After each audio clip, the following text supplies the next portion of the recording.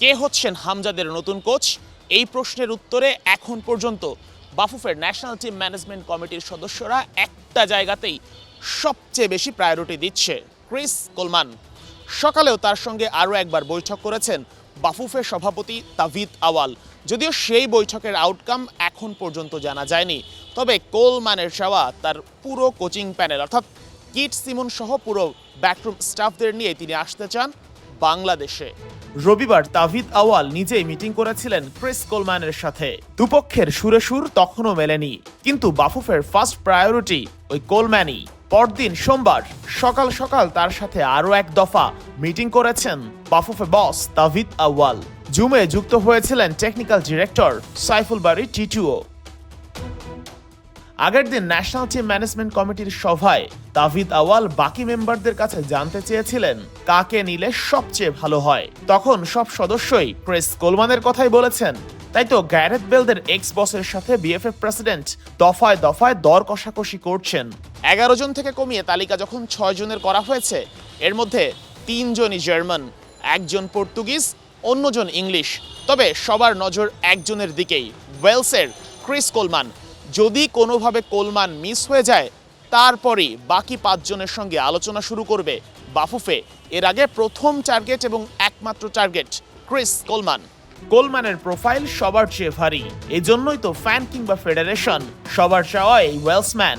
3 জার্মানের মধ্যে একজন super duper burn stork. 2016-তে 44 বছর পর হাঙ্গেরিকে কোয়ালিফাই করিয়েছিলেন ইউরোতে, নিয়ে গিয়েছিলেন রাউন্ড অফ 16-এও। কিন্তু বাকি দুজনকে নিয়ে আছে বেশ আপত্তি। অ্যান্টনিও হেই, যার আন্ডারে 30 ম্যাচে মাত্র 6 বার জয়ের মুখ দেখেছে মিয়ানমার। ওই 30 ম্যাচে মিয়ানমার 28 গোল করলেও ওদের নিজেদের জালে বল ঢুকেছে 86 বার।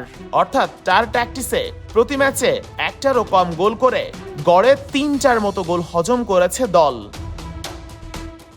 আরেকজনের প্রোফাইল আরও লো, মাইকেল নিস। সবশেষ ছিলেন জিম্বাবুয়ের কোচ, এর আগে সামলেছেন কসোভো আর ইসরায়েল অনূর্ধ্ব 21 দল। পর্তুগিজ একজন আন্তোনিও কনসেইসাই, যিনি 2019 থেকে 22 পর্যন্ত ছিলেন ক্যামেরুনের দায়িত্বে। এরপর আর কোথাও চাকরি হয়নি। একমাত্র English candidate Tom Culshaw, Liverpool legend Steven জেরার্ডের অ্যাসিস্ট্যান্ট হিসেবে ছিলেন দীর্ঘদিন। ছিলেন অ্যাস্টন ভিলা ও রেঞ্জার্সের টেকনিক্যাল কোচ, আর লিভারপুল অনূর্ধ্ব 18 দলের টেকনিক্যাল ম্যানেজারও ছিলেন। বাফুফের কাছে যিনি বেতন চেয়েছেন $28,000। কোচিং প্যানেলের স্যালারি যতই হোক, টাকার কাছে হার মানার সুযোগ নেই। শুধু মন্ত্রণালয় নয়, বড় বড় ব্র্যান্ড বাফুফেকে অফার দিয়ে বসে আছে। কোচের বেতন চালাতে তারা হতে চায় স্পন্সর। হাতে সময় নেই একদমই, তবে আসার খবর বাজেট নিয়ে তৈরি হচ্ছে নতুন নতুন অপশন। এই স্বল্প সময়ের মধ্যে কত দ্রুততার সাথে বাফুফে সিদ্ধান্ত নিতে পারে, তার উপরে নির্ভর করছে বাংলাদেশের ফুটবলের ভবিষ্যৎ। শেখ আশিক, 71, ঢাকা।